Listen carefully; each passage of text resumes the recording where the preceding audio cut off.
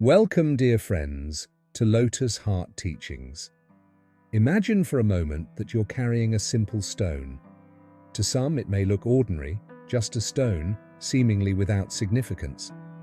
But let's suppose this stone has a hidden value, one that depends entirely on where it's placed and who's observing it. In the hands of different people in different places, this stone's worth could vary drastically. In one setting, it might be worth just a few dollars, and in another, hundreds of thousands. Today, we're exploring a timeless Zen story that challenges us to rethink what we understand about our own worth. The story of a young monk and his Zen Master invites us to step back and reflect on the environments we place ourselves in and how those settings might shape our sense of self-worth. Are you ready to journey with us into this powerful story?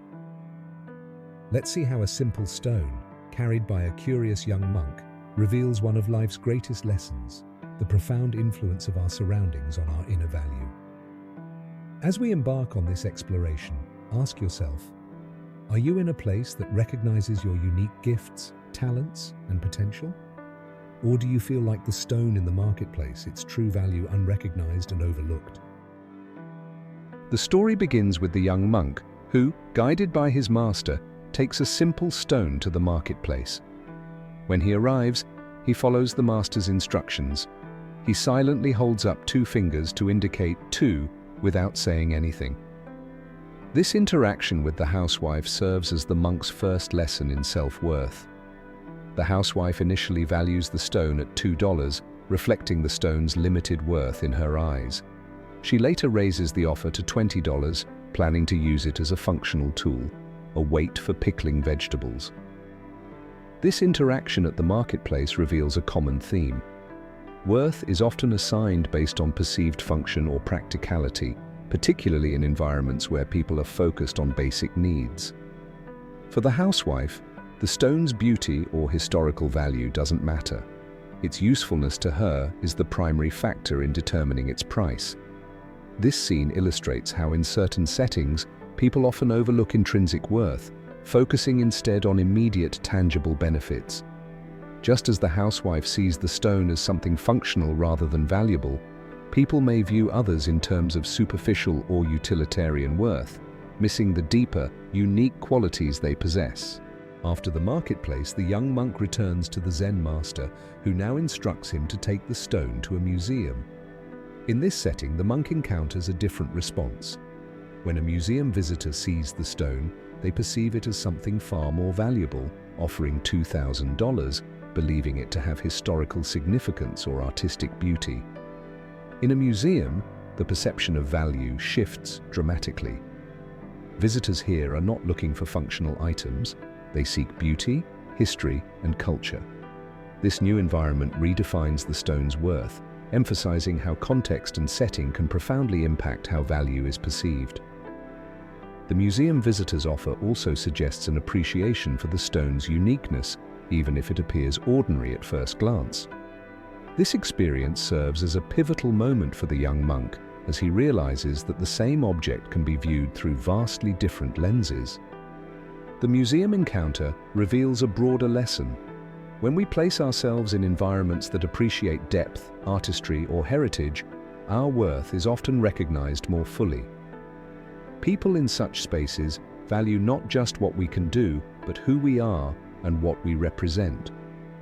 The stone, which was worth $20 in a practical setting, now holds the allure of history and beauty. This part of the story encourages us to consider our own environments and how they shape our perceived value. Are we in spaces that understand and appreciate our true essence? Finally, the young monk is sent to an antique shop, where a remarkable shift in value occurs. A potential buyer not only sees value in the stone, but offers $200,000, convinced it is a rare gem. The antique shop buyer's perception of the stone as a unique and rare treasure showcases the idea that value can soar when others recognize an object's rarity and irreplaceability. At the antique shop, the stone's transformation into an object of immense worth symbolizes the ultimate realization of value through rarity and exclusivity. In this setting, the stone isn't just appreciated for its beauty or functionality, It is seen as one of a kind, a treasure that cannot easily be replaced or replicated. This encounter teaches the young monk a fundamental truth about self-worth. Our value can be amplified when placed in environments that understand our irreplaceable qualities. In life, the antique shop represents spaces where individual uniqueness and rarity are celebrated. It symbolizes those rare environments where one's true potential is recognized not just for functional or aesthetic reasons, but for the inherent, often irreplaceable, qualities one brings. This segment of the story encourages us to reflect on whether we're in settings that see our unique contributions as irreplaceable treasures, or if we're in places that take our value for granted. The Zen Master's lesson to the young monk reveals a profound truth. Our worth is not a fixed inherent quality, but rather a reflection of the environment in which we find ourselves. This idea, that our value can change dramatically based on context, encourages us to look critically at our surroundings, assessing whether they allow us to reach our true potential. Through the monk's journey, we learn that self-worth is dynamic and influenced by external factors like setting and perception. This concept, although simple, has deep implications for our lives. The stone's journey through different settings mirrors our own lives and careers. If we find ourselves in an environment that undervalues us, it's easy to feel that our worth is inherently low. But what happens when we move into a space that appreciates our true qualities? History and contemporary examples provide plenty of insight into this phenomenon, especially through individuals who changed their environments and unlocked their potential. The stone's worth changed depending on where it was placed, just as our worth can be amplified or diminished by our environment. This notion brings to mind numerous historical and modern examples of people whose talents went unrecognized until they placed themselves in the right circumstances. Consider the story of Oprah Winfrey. Born into poverty and facing numerous challenges throughout her childhood, Oprah's potential went unrecognized for much of her early life. She encountered environments that did not nurture her talents or recognize her future potential. However, as she moved into the world of broadcasting, she found her museum and later her antique shop. In these settings, her ability to connect with people, tell stories, and inspire change was not only recognized but celebrated. Her net worth and influence grew exponentially, reflecting her unique gifts and the value the world placed on her talents. Oprah's story is a prime example of how changing environments can redefine self-worth. In her early circumstances, the world saw her value as limited, perhaps no different than the stone in the vegetable market, worth only as much as a basic function. But in the right setting, surrounded by mentors, supportive colleagues, and a platform that embraced her voice, her worth transformed. Oprah's experience teaches us that even if we are in environments that undervalue us, our worth is not diminished. It simply waits to be realized when we find a suitable context. Another example is Albert Einstein. Despite struggling in traditional academic environments, Einstein eventually found a space that valued his unconventional thinking. He famously worked at the Swiss Patent Office, a mundane job far removed from the ivory towers of academia. However, it was precisely this environment, which offered him intellectual freedom and the stability of a day job, that allowed him to develop his theories on relativity. In a traditional academic setting, his worth might have been dismissed due to his unconventional approach. Yet, in the right environment, his genius flourished. When he shared his findings with the scientific community, his value increased exponentially, akin to the stone in the antique shop. Einstein's life highlights that sometimes the environments we least expect can serve as a launching pad for our true worth, offering unique opportunities for growth and exploration. Like the young monk, we may find ourselves in environments that fail to recognize our full potential. For many, this might be a job where their talents are overlooked or a social circle that doesn't understand their ambitions. The stone's progression from the marketplace to the antique shop is a reminder that our environments play a crucial role in how our worth is perceived, and sometimes we need to actively seek out spaces that celebrate our unique qualities. Steve Jobs provides an interesting example of this. After being ousted from Apple, he faced a challenging period where he questioned his direction and value. Yet, instead of giving in to doubt, Jobs created Next and purchased Pixar, environments where his creative and visionary thinking could shine. These ventures allowed him to experiment, grow, and refine his skills outside of the Apple environment. Eventually, Apple invited him back, but by then, Jobs had transformed his approach and perspective, having thrived in new spaces that valued his innovations. His comeback as Apple's CEO marked a shift in his perceived worth, with his unique approach to technology and design becoming widely valued. Jobs' journey emphasizes that we don't have to stay in environments that limit us. Sometimes we can create our own spaces or find new ones where our value is seen and appreciated. In Buddhist philosophy, self-worth is understood as non-attached and ever-changing. Rather than being fixed or absolute, our worth is fluid, shaped by our actions, relationships, and personal growth. This perspective aligns with the story of the young monk, emphasizing that our value is a product of both inner qualities and external circumstances. Buddhist teachings encourage us to let go of fixed notions of self-worth, reminding us that attaching too strongly to a sense of inherent value can lead to suffering if we are in environments that fail to appreciate us. Instead, Buddhism promotes an understanding of self-worth that is adaptable and flexible. When we recognize our worth as a dynamic concept, we become more resilient, less affected by temporary setbacks or environments that don't see our potential. This approach to self-worth is evident in the lives of individuals like Mahatma Gandhi. Initially a lawyer working in South Africa, Gandhi's early career didn't fully capture his potential, but when he immersed himself in the struggle for justice and human rights, his self-worth took on new meaning. By placing himself in an environment where he could advocate for change, Gandhi unlocked his true potential, eventually leading India to independence. His journey aligns with Buddhist principles of self-worth. It's not about innate value, but about how we express our purpose and connect with others. In Gandhi's case, he found a setting that allowed his ideals and values to flourish. His worth was not defined by personal achievements or wealth, but by his ability to create positive change. This perspective on worth, seeing it as something that grows in the right environment and with the right intentions, is a powerful lesson from Buddhism that encourages us to seek out settings where our inner qualities can be fully realized. The Zen Master's teaching offers a valuable framework for our modern lives, where we often measure worth through external success, status, or wealth. But this story reminds us that our worth is far more complex and can change depending on where and how we apply ourselves. In a corporate context, someone might find themselves in a role that doesn't fully appreciate their talents. Think of figures like Elon Musk or Jeff Bezos, who began their careers in standard corporate roles before eventually creating their own spaces. Musk, for example, worked in the banking sector before founding companies like Zip2 and later SpaceX and Tesla. By shifting environments and taking risks, he created a space where his talents in engineering, innovation, and entrepreneurship could thrive. Like the stone finding value in the antique shop, Musk's worth increased when he placed himself in environments that fully recognized his capabilities.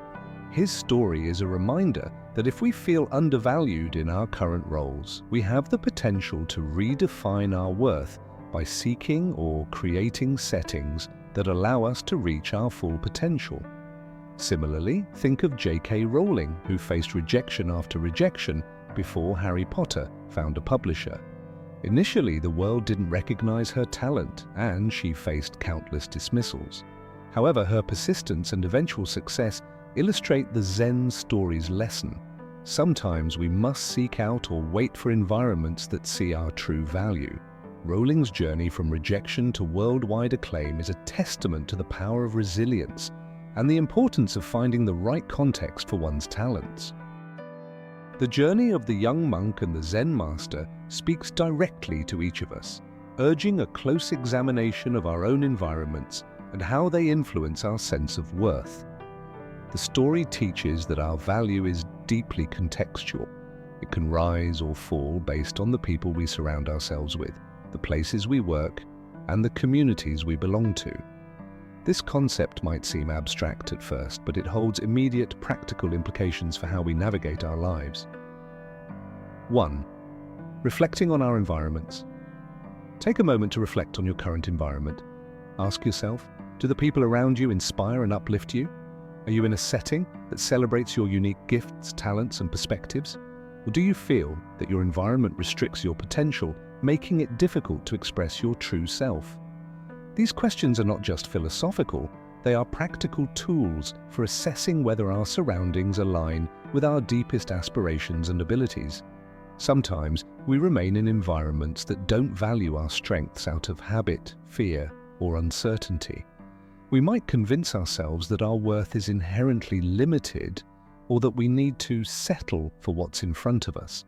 However, the story of the stone reminds us that self-worth is flexible and can flourish or wither depending on our surroundings. 2. Recognizing when it's time to move on. If you find that your environment dims your light, consider what it might look like to step into a space that truly appreciates you. Just as the stone's value change depending on its setting, our self-worth can be more fully realized when we're in the right place. It's essential to remember that unlike the stone, we have the power to choose and shape our environments. For example, if you are in a job that doesn't align with your skills or passions, consider exploring opportunities where your contributions will be more valued. This doesn't always mean quitting immediately. Sometimes it means starting a side project, volunteering, or building a network of supportive colleagues who understand your ambitions. When you place yourself in a setting that aligns with your talents, you'll find that not only do others begin to value you more, but your confidence and self-esteem also grow. 3. The power of surrounding yourself with the right people. Beyond physical settings, the people we surround ourselves with have a powerful influence on our self-worth. If you're surrounded by people who consistently support, encourage, and challenge you, you're likely to feel valued and inspired to reach higher. However, if the people around you are dismissive, critical, or indifferent, they may unknowingly limit your self-perception and potential. Consider the circle of people in your life. Do they recognize and celebrate your strengths? Do they motivate you to grow, or do they hold you back? Sometimes all it takes is a shift in our inner circle to see a significant change in how we view ourselves. For example, renowned figures like Steve Jobs and Bill Gates surrounded themselves with people who pushed them to innovate and think bigger, and these relationships played a key role in their journeys to success. 4. Choosing environments that align with your goals and values. The Zen story encourages us to be selective and intentional about where we place ourselves. The world is full of opportunities, places, people, and platforms that would allow you to thrive if only you took the leap. However, this requires introspection and bravery. It means identifying what truly matters to you and actively seeking out those environments that align with your goals and values. Think of Serena Williams, who, despite facing numerous challenges and biases, sought out mentors, coaches, and communities that recognized her talent and helped her develop it to the fullest. She knew her worth and didn't settle for less than what she deserved. Her example serves as a powerful reminder that when we choose environments that match our unique strengths, we set ourselves on a path to fulfillment and success. 5. Developing the courage to pursue change. Sometimes the biggest obstacle to realizing our full worth is fear. Fear of the unknown, fear of failure, or fear of change. It's easy to stay in familiar surroundings, even if they don't serve us, because they feel comfortable. But if the stone had stayed in the vegetable market, its true value would never have been known. Similarly, if we choose to remain in places that undervalue us, we risk limiting our growth and potential. The Zen story is a call to action, urging us to have the courage to seek out or create spaces where our worth is appreciated. This doesn't mean that change will be easy or immediate. Transitioning to environments that value you may take time and effort, but the rewards are invaluable. Over time, as you find settings that align with your strengths and passions, your sense of self-worth will naturally expand. 6. Applying the lesson to everyday life. This lesson can be applied in various aspects of our lives, from career choices to friendships, and even to our mental and emotional well-being. In practice, it might look like assessing job satisfaction. Are you in a job that recognizes and rewards your strengths, or do you feel that your contributions go unnoticed? If the latter is true, consider exploring roles that align more closely with your skills and passions. Building supportive relationships. Are your friends and family members supportive of your goals and values, or do they discourage your dreams? Surround yourself with people who believe in your potential and are willing to support your journey. Engaging in passion projects. Sometimes our day-to-day environments may not fully capture our talents. Pursuing side projects, hobbies, or volunteer work can provide outlets for growth and recognition. Fostering a growth mindset. Remind yourself regularly that your worth is not a fixed attribute. Embrace challenges and seek out new experiences that help you grow and reveal hidden aspects of your potential. 7. Taking responsibility for your self-worth. Ultimately, the story encourages us to take responsibility for our self-worth, while it's true that our surroundings can influence how others perceive us. Our value is something that we can actively nurture and build upon. By choosing environments that resonate with our inner selves, we give ourselves the best chance to thrive. In a world full of potential and possibility, settling for less than what we deserve doesn't do justice to our unique gifts. The story of the stone reminds us to seek spaces where our worth is celebrated and understood. So don't be afraid to venture out of your comfort zone, explore new environments, and discover places that genuinely value what you bring to the table. Your true worth is waiting to be realized. All it takes is the willingness to stand confidently in settings that allow you to shine. At Lotus Heart Teachings, we believe that each of us holds a unique light and purpose. And just like the stone, our value may not always be visible to everyone, nor is it static or fixed. The world is vast and full of opportunities, and somewhere out there is a place that will not only see, but celebrate the treasure you carry within. So take a moment to reflect on where you are and where you want to be. This story of the young monk and the Zen Master is a timeless reminder. Your worth is waiting to be discovered, and the world has a place for the gifts you bring. Don't be afraid to leave spaces that undervalue you. Embrace your journey and seek the settings that allow you to shine. Your life is a unique masterpiece, and your true worth is a gift to be shared with the world. Thank you for joining us on this journey today. If this story resonated with you, be sure to subscribe for more insights, stories, and teachings. Here at Lotus Heart Teachings, we're all on this path together, uncovering the wisdom and potential that lie within each of us.